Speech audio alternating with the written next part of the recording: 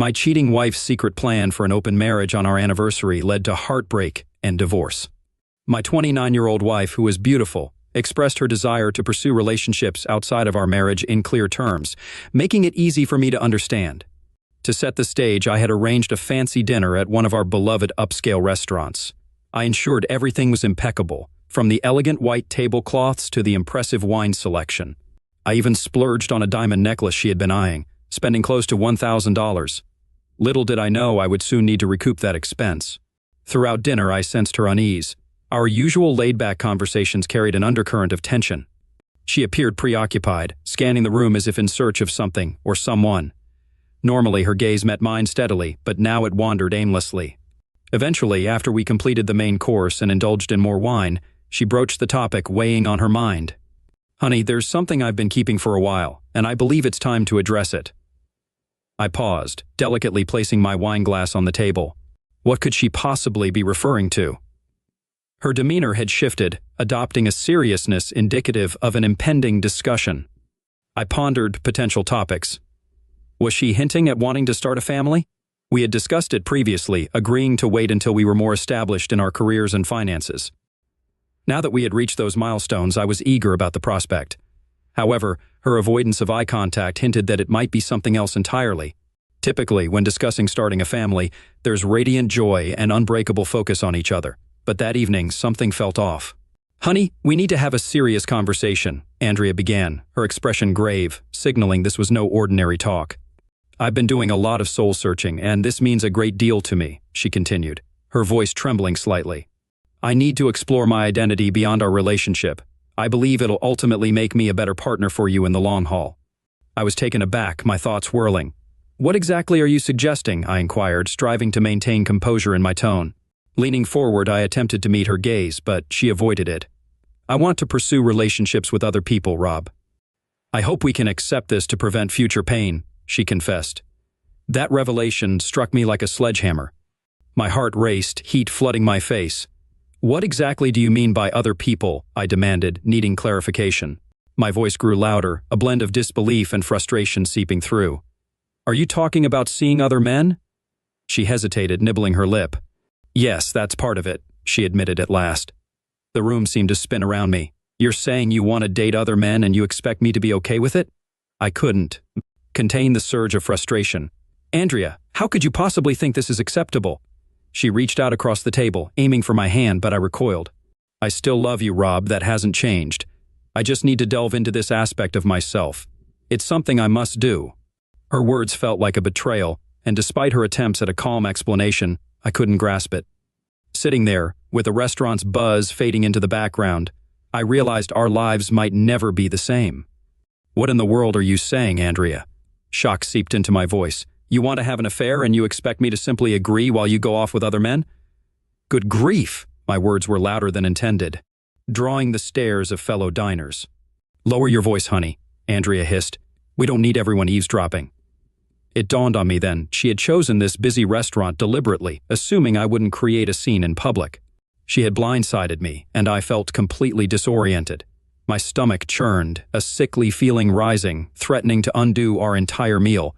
The only question I could muster was, "Why, Andrea? Why other men?" I pushed for clarification. "What does exploring yourself even entail? Are you implying you want to be physically engaged with other men? Are you leaving me?" She gazed at me, her eyes gentle yet resolute. "No, Rob, I'm not abandoning you. There are numerous reasons why I believe I must do this. Please trust me when I say I love you profoundly. You're my soulmate. I envision a future with us aging together and starting a family. However, presently there are aspects of myself I'm lacking, aspects I need to uncover.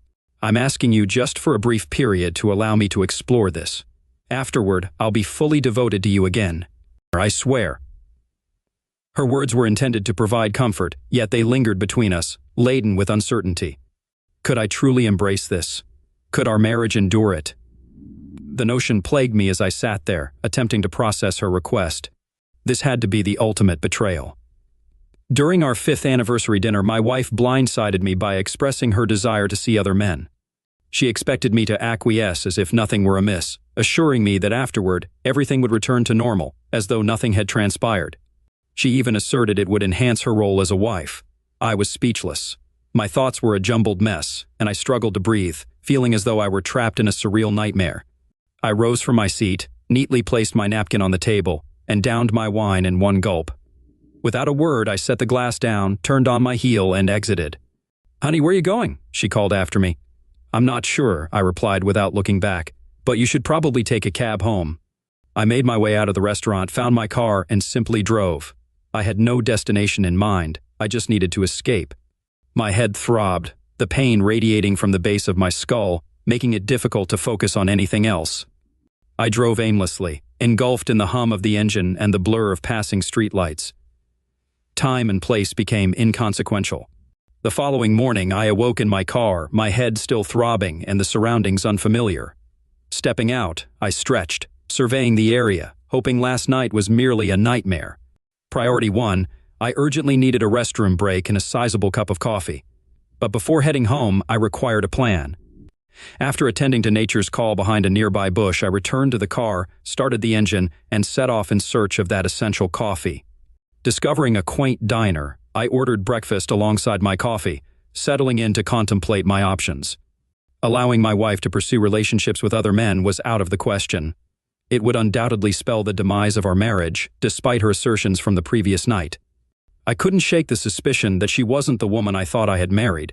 Perhaps she was undergoing some sort of crisis, conjuring up ideas utterly detached from reality. I'm no psychiatrist, just a bewildered guy. I powered up my phone, which I had switched off during the night, revealing numerous texts and missed calls from Andrea. She expressed concern about my whereabouts and well-being. At that moment, I didn't feel ready to return home or engage in conversation with her, but I knew avoidance wasn't a solution. Hence, I opted not to respond to her messages just yet. After downing multiple cups of coffee and enjoying a hearty breakfast of eggs and bacon, I outlined a basic plan for my next steps. It was time to confront the issue awaiting me at home. Upon pulling into the driveway, Andrea rushed out, her face etched with worry. "Honey, where were you all night? I was terrified, fearing you might have been in an accident or worse," she exclaimed, leaning in for a kiss. Stepping back, I stated firmly, "Andrea, I need to freshen up first. Then we need to sit down and thoroughly discuss this self-exploration notion you brought up last night." With that, I strode past her, making a beeline for the bedroom to shed the suit I had worn throughout the night.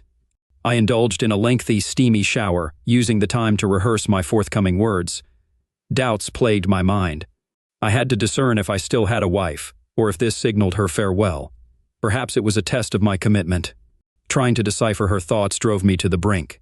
Undoubtedly, I loved her. We exchanged vows, didn't we? Our grand wedding and European honeymoon were a testament to that. The notion of being with another woman hadn't even crossed my mind. I was fully invested. But now, it seemed she wasn't on the same page. Fortunately, our lack of children simplified matters. Whether that would change depended entirely on the unfolding days and weeks. After donning fresh attire, I ventured into the kitchen to brew another cup of coffee. Grabbing a notepad and pen, I noticed Andrea seated at the kitchen island, her gaze fixed on me. I attempted to maintain composure, though turmoil churned within. Coffee in hand, I settled opposite her. I initiated, "So, Andrea, could you please reiterate why you wish to explore relationships outside our marriage?" Andrea met my gaze squarely. "Honey, I need to seek validation as a woman. Currently, I feel my needs aren't being met. I want to identify and address those needs independently." "So, you're unsure of your needs and aim to discover them," I summarized, striving for a steady tone. "Additionally, are you proposing a temporary withdrawal from our relationship to pursue your quest?" "No, honey, I won't depart. I'll remain here in our home with you," Andrea responded promptly. "However, I require the autonomy to structure my own schedule and proceed at my own pace." "When do you envision commencing this exploration and adapting your new routine?" I asked. "Well, I guess any time would suffice," she responded, her voice tinged with uncertainty. "Do you support my decision?" "No, I don't support any of this, Andrea," I stated firmly. "When we exchanged vows, we pledged to be lifelong partners and lovers, and now you want to pursue other romantic connections. What am I supposed to make of this? It feels like you're disengaging from our marriage." "Honey, it's not as simple as that," Andrea rebutted, her frustration evident. "I'm seeking a connection that's been absent for a couple of years now. Our lives have become consumed by work. I don't feel valued by you as I did in the early days of our marriage." "Valued? Good Lord, everything I do for us," I countered, feeling my anger simmer. "I've toiled tirelessly to provide for our future, the one we envisioned when we tied the knot. We're on the brink of paying off this house, for crying out loud." I knew I needed to address the most pressing issue. Are you intending to engage in relationships with other men? I inquired, attempting to maintain a steady tone. Honey, I can't say definitively what I'll do. If it feels right with the right person, I might entertain the idea, she responded, avoiding my gaze. So you're contemplating infidelity then? I pressed, unable to conceal my disbelief. It's not infidelity, Rob. It's not cheating if it's done with your knowledge, she replied calmly. My blood pressure skyrocketed. Taking a deep breath, I sipped my coffee, wishing it were something stronger. I needed to remain composed to navigate this conversation effectively. Let me clarify, Andrea, I said, endeavoring to grasp the situation. You plan to meet other men, go out with them, and possibly become physically engaged, yet you'll still reside here with me. Is that accurate? Honey, it's not quite that simple. I'm still uncertain, Andrea responded, her tone wavering. It seems pretty clear-cut to me, I countered. What about our relationship? Are we expected to pause our marriage? Do you anticipate us remaining physically engaged while you explore this? Absolutely. We're a family, you and I. I love you deeply, and I want us to remain a family. This is just something I feel compelled to do for myself, she explained, her eyes pleading for comprehension. And how frequently do you envision doing this, Andrea? Every weekend? Multiple times a week? Every night? How far do you plan to take this exploration? I pressed. I haven't decided yet, she responded, her voice tinged with uncertainty. Honey, why are you so fixated on the specifics? Andrea asked, her frustration evident. Well, I need to understand what my life will entail while you're out meeting, dating, and being with other partners. I don't have a girlfriend, Andrea, not yet at least, I remarked, the bitterness slipping into my tone unintentionally. Taking a deep breath, I struggled to contain my anger. Andrea, I need some clarity before we conclude today. Have you genuinely committed to this decision? Have you considered the impact on our marriage? Andrea nodded but evaded a direct response. It seemed she hadn't fully considered my perspective or opinions. Then she uttered the sentence that would define our future. If you love me, you'll allow me to do this. I replied firmly, if you love me, Andrea, you won't proceed with this. This is my ultimatum. Infidelity, even with forewarning, is a deal breaker in our marriage. Now my terms needed to be established. Here are my conditions, non-negotiable. If you choose to pursue relationships with other men, you must vacate the premises. I won't share a home with you while you're dating and being physically engaged with others. Bringing them here is out of the question. You need to find alternative accommodation. Honey, where am I supposed to go? She asked. Perhaps you can stay with one of your friends, like Jessica from school. You've spent time with her. She's divorced and lives alone, right? Ask if you can stay with her for a while. If that's not feasible, you can rent a short-term apartment. You'll be responsible for all expenses, utilities, and your car payments. Andrea worked as a third-grade teacher at an elementary school, earning a substantial salary. Meanwhile, I served as a forensic auditing specialist for a prominent firm, enjoying a good income along with yearly bonuses. Based on her remarks, it seemed I wasn't fulfilling all her needs within our relationship. Andrea appeared to perceive my newfound willingness to compromise as a victory. She made eye contact, presuming she had gained the upper hand. Continuing, I stated, so if you're considering an open marriage, I suppose I'll need to exercise patience while you pursue extramarital relationships. Will you eventually return to our home? Honey, absolutely. I cherish you deeply, you're my husband, and I envision building a family with you. I countered, what am I supposed to do while you're involved in physically engaged relationships with other men? Do you expect me to remain faithful? Should I await your return with open arms and love after you've finished with your boyfriends? Have you considered the impact on me at all? I want you as my husband, honey, and only you. Regardless of my actions while I'm away, my feelings for you won't change. Upon my return, I want you to be my husband and the father of our children, she declared. I couldn't help but find this declaration of love peculiar. Despite acknowledging my refusal to allow her boyfriends into our home, she seemed to view it as a triumph. She could engage with other men without concern for my intervention. Very well. You need to arrange your accommodations and inform me by the end of the week. However, we have some matters to address here and now. I need you to relocate your clothes and belongings to the spare bedroom. I'm unsure if I can share the same bed with you currently. Your plan is too distressing, and I feel as though you're leaving me, even if it's not explicitly stated. So, Andrea, what am I to make of all this? Andrea stayed silent, perhaps beginning to realize that I wouldn't simply accept her proposal without question. She might have been surprised by my request for her to vacate our bed, but what did she truly anticipate? Did she believe I was a pushover, willing to passively allow her to pursue affairs, then return home to maintain the facade of a happy marriage, eventually having children and carrying on as if nothing had occurred? Not a chance.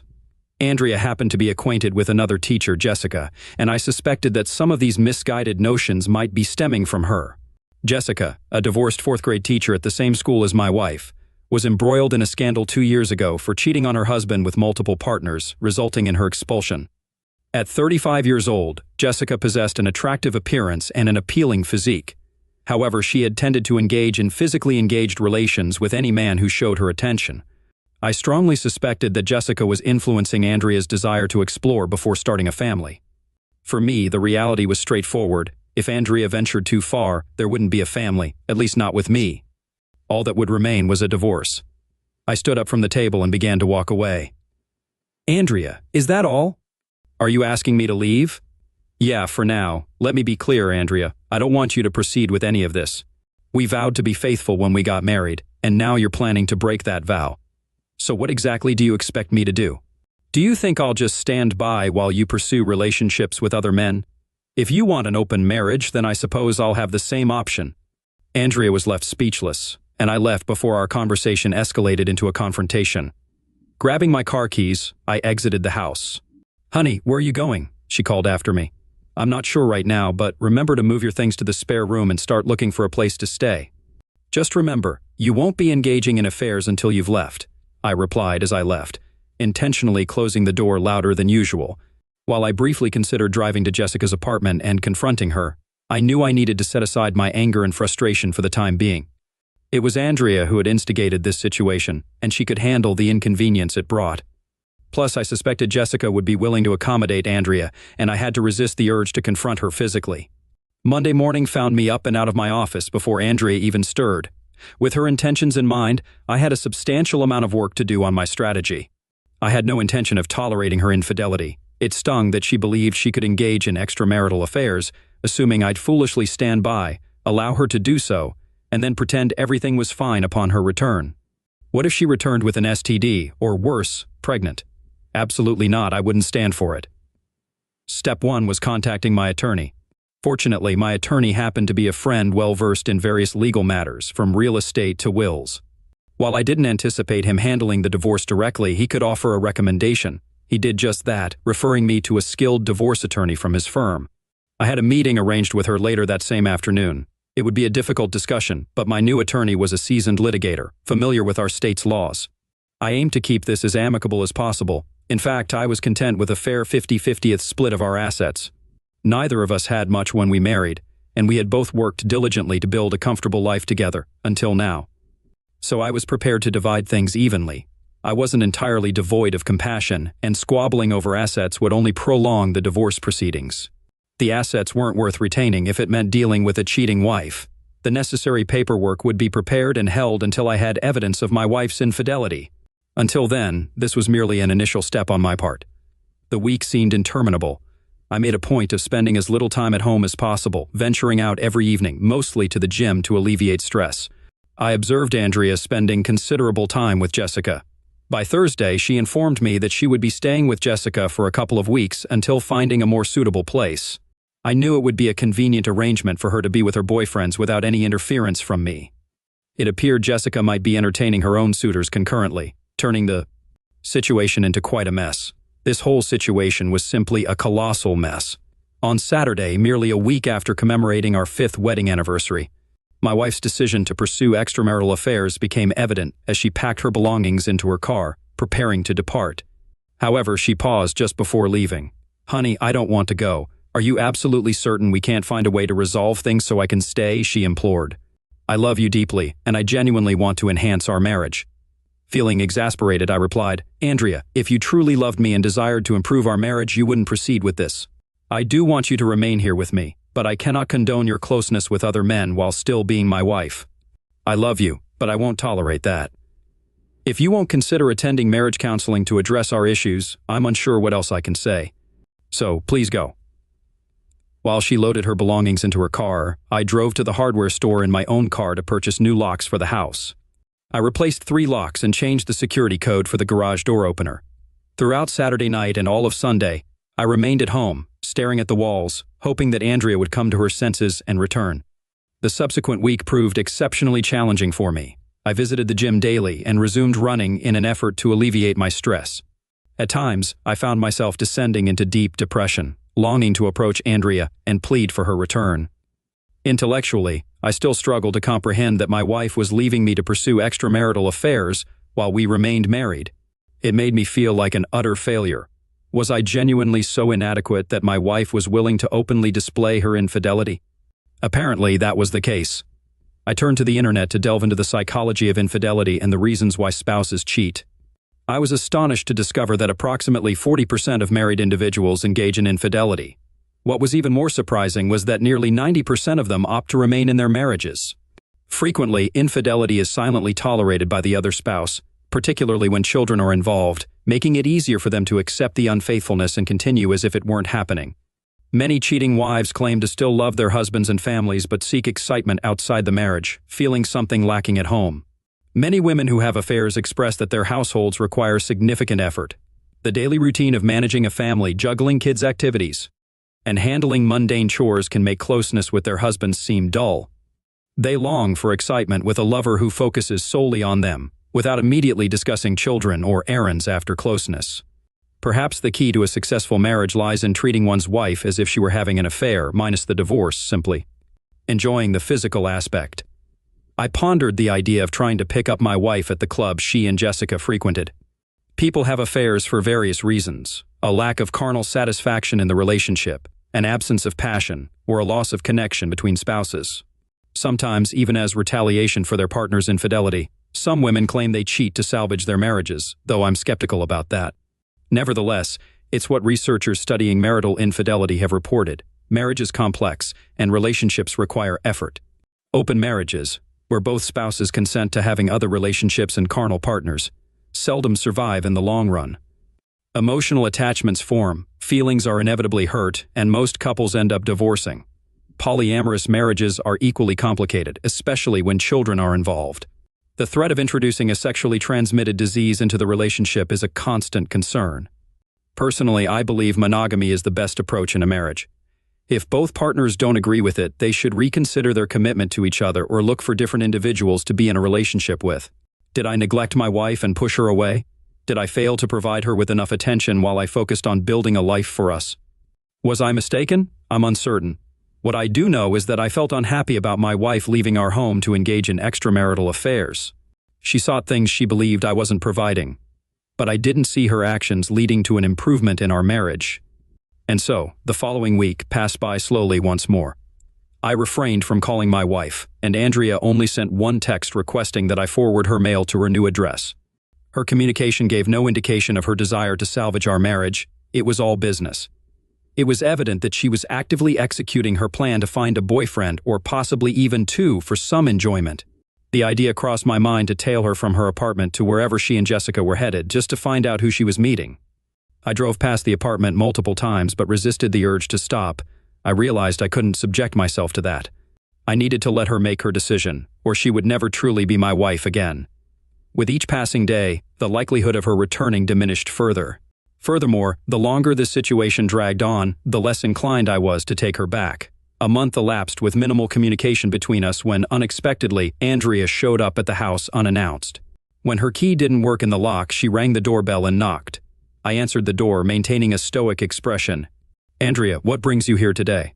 She replied, "Honey, the key doesn't seem to work in the lock." "What's going on?" I responded matter-of-factly, "That's because I changed all the locks." I blocked her from entering when she attempted to. "Come inside." "What do you want, Andrea?" I inquired. She replied, "I came to retrieve a few things I left behind when I moved in with Jess." Once again, her visit wasn't about seeing me. It was purely business-focused on her belongings, with little regard for me or the pain she was causing. She didn't seem to realize the hurt I might be experiencing. Was she that naive or deluded to think I wouldn't care about her carnal encounters with other men, or that I'd eventually take her back? "There are some boxes in the garage with your things that I gathered from around the house." "Why did you do that, honey?" she asked. I let her inside since, after all, it was still partly her home. We proceeded to the garage, where she saw numerous boxes filled with her belongings, ready for her to take. "How long are you planning to stay with Jessica?" I inquired. She replied, "Jessica has been really supportive. I'll be with her for a bit longer. I'm sure it'll only be a few more months, and then I'll be back. A better wife to you, honey. Then we can start a family together." I couldn't help but roll my eyes internally at her comment and feel a sense of disgust. How could she believe that her involvement with other men would somehow make her a better wife and prepare her for motherhood? I had entirely different thoughts on the matter. "So, have you found a boyfriend yet?" I asked bluntly. Andrea blushed in response, and I didn't need an answer. I already knew. She finally admitted, "Jess and I have been on some dates with guys from the club we go to, but that's about it." I couldn't resist probing further. "How's the physical engaging with your new boyfriends?" Andrea turned even redder and began searching through the boxes for her belongings. I left the garage and returned to the kitchen to have my coffee and read the newspaper. A few minutes later, she emerged with a sizable bag and scanned the kitchen, perhaps expecting chaos after her departure. To her disappointment, it was quite the opposite. I had arranged for a cleaning crew to visit 3 times a week, so the place was spotless. There were no stacks of dirty dishes, no empty beer bottles, and certainly no piles of laundry. The house was in perfect order, and I focused on maintaining my composure despite my wife's decision to pursue relationships with other men. "Need anything else, Andrea?" I asked, sensing her curiosity about how things were here without her. She replied, "So, honey, how have you been since I moved in with Jess?" "I'm fine," I said. "Work keeps me busy and I'm often traveling." Concerned, she probed further, "Have you been going out or just staying home alone?" And there it was, the crucial question I anticipated. It was time to introduce a twist into the conversation and observe her reaction. "I've been keeping busy," I said. "I joined a cycling group that meets twice a week for rides. It's been enjoyable, and I've met new people. Afterward, we usually grab a beer and a burger." I made sure to avoid excessive drinking, knowing it wouldn't benefit me. My weight had dropped due to exercise and stress from her actions. Regular physical activity was vital for preventing a breakdown. Her response hinted at more interest in my activities than her initial question implied. She might have begun to realize that her plan wasn't going smoothly. It was possible her loyal husband could meet someone else and no longer need to stay married to her. Her quest to find a boyfriend might have more significant repercussions than she thought. I later found out that Andrea had been seeing 2 men from the club she frequented with Jessica and had been physically engaged with, both of them on multiple occasions. However, neither showed interest in spending quality time with her beyond their encounters. Both men were married and sought only casual fun, using Andrea as their source of entertainment, a classic case of pump and dump. By the 2-month mark, I had accepted the end of my marriage and was ready to proceed with the next phase of my plan. Andrea had been silent for weeks, indicating her lack of concern for me or our marriage. She was free to pursue her desires without any thought of returning home. Even if she did consider coming back, it would be under various conditions, and I wasn't sure if I would accept her return. Adding to my doubts, I learned that she had taken a vacation to the Dominican Republic with one of her boyfriends during the school break. They enjoyed a sun-soaked getaway, supposedly working on their tans and other indulgences. If this was her idea of strengthening our marriage through infidelity, it fell far short of expectations. The influence of Jessica's persuasive stories, painting me as a neglectful husband who had ignored my wife's needs, had swayed Andrea's perspective before she chose to leave our marriage. Now she lived in a 2-bedroom apartment with her dissatisfied divorced friend, and her reputation among colleagues and family members was rapidly declining.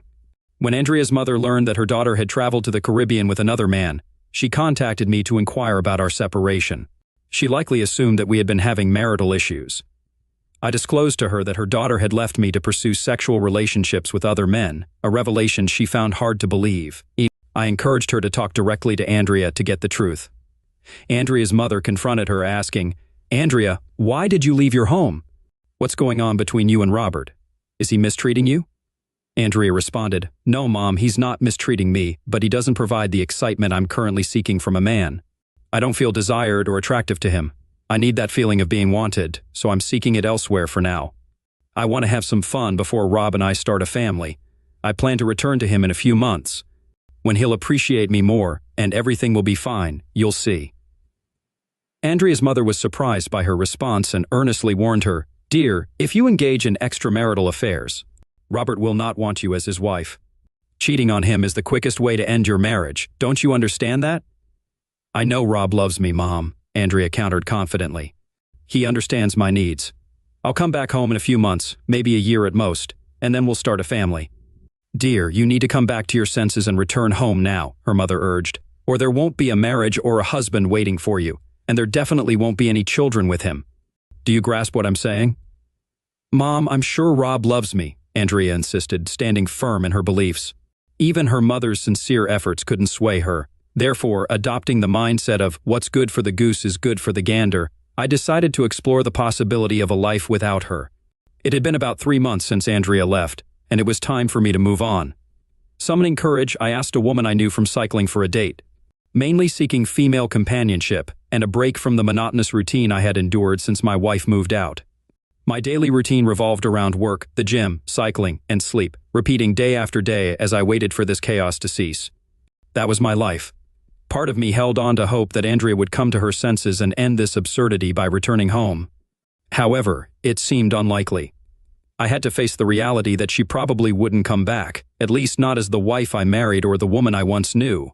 It seemed she was relishing her newfound freedom, seeking the excitement and validation as a woman that had been lacking in our marriage. Echoing the motivations psychologists attribute to married women who cheat on their husbands.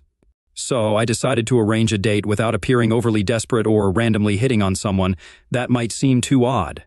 I wanted to get to know the people in my cycling group and have them know me before considering inviting one of the women on a date. I wanted it to be a genuine connection, not a sympathy date. Most of my cycling friends were aware of my separation from my wife, and I suspected that some might even know about Andrea's active dating life. In a city not that large, word tends to spread. When I asked Diane, one of the women in the group, to join me for tea or a drink, I was pleasantly surprised when she agreed. I suggested a casual Saturday night outing to a nice place and planned for us to go kayaking on a nearby lake before dinner. I had some experience with kayaking from a few years back, so I knew what to do. Diane had never kayaked before, but she showed interest, and we agreed on the plan. So it became a date. We had an enjoyable kayaking adventure covering approximately 10 miles in about 3 hours. Later, we dined at a charming restaurant where I ordered a craft beer with steak and fries, while Diane chose white wine with pasta. The atmosphere was relaxed and laid back, with no pressure. We concluded the evening with ice cream from a waterfront stand, and I drove her home. I expressed my delight at the evening, intending to give her a kiss on the cheek, but she surprised me by leaning in and kissing me on the lips. It was a pleasant and unexpected moment. To avoid seeming too eager, I waited until our regular Tuesday cycling meetup to suggest another date.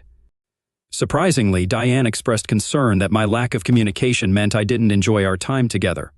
I assured her that I had a wonderful time and cherished our outing and her company. We arranged a Saturday date for a round of golf. Having read online about the delicate balance of texting and calling to maintain interest, I sent Diane a text on Friday, expressing my excitement for our golf game and proposing a pickup time, offering her the option to meet at the golf club if she preferred. She preferred I pick her up, so we settled on an early afternoon time. Our time on the golf course was enjoyable, despite our amateur golf skills. That evening, we dined at my place, enjoying a barbecue and a bottle of wine. As the night grew late and I prepared to drive her home, Diane took the car keys from me, placed them on the kitchen counter, and asked to see the bedroom.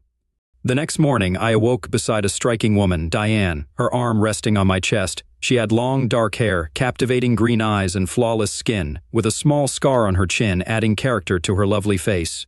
Standing tall at around 5 feet 11 inches, she maintained a slender figure, likely weighing around 140 lbs.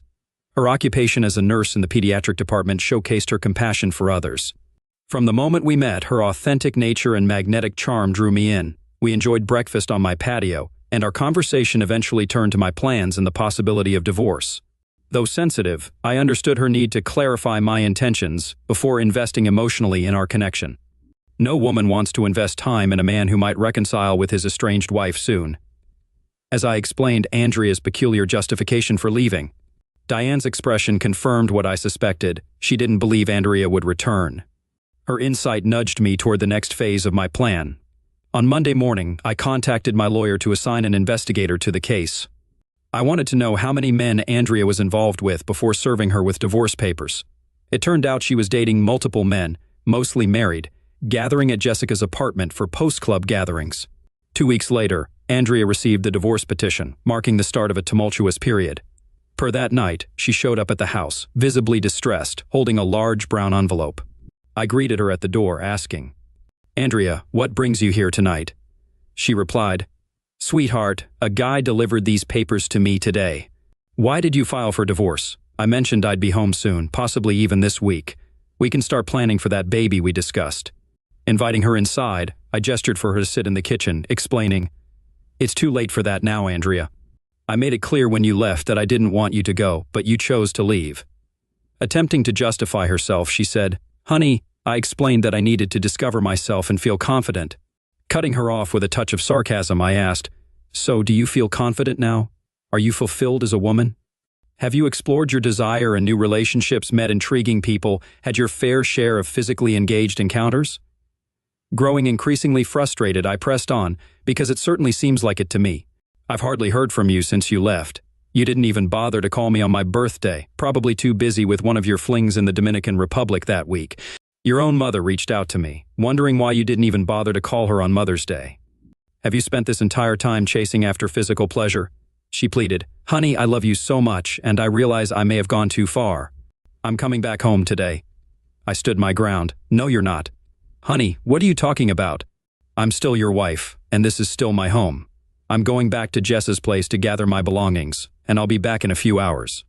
I clarified, "Actually, you can't. Did you go through all the papers in that package you got?" Toward the end, "There's a judge's ruling stating that you're prohibited from being within 500 feet of this house until the divorce is completed. Technically, you're breaking that court order by being here now. I won't push it, but you need to go, and we can handle this legally to figure things out." Andrea was gradually grasping the gravity of our marriage vows, which encompassed promises such as love, respect, cherish, faithfulness, and the vital component of fidelity. I made it clear that this house didn't hold sentimental value for me. If she wanted it, that was fine. My half, nearly $150,000, was almost paid off, so she could purchase it for that amount. However, if she wasn't willing to pay, we would sell it and divide the proceeds.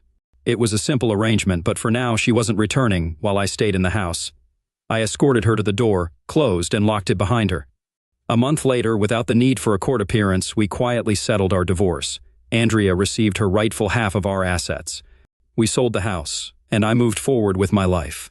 Andrea resumed her routine, but I heard from a friend that her charter school had advised her to keep her personal life more discreet. Some parents had learned of her involvement with multiple men in the area and were uncomfortable with her teaching their children.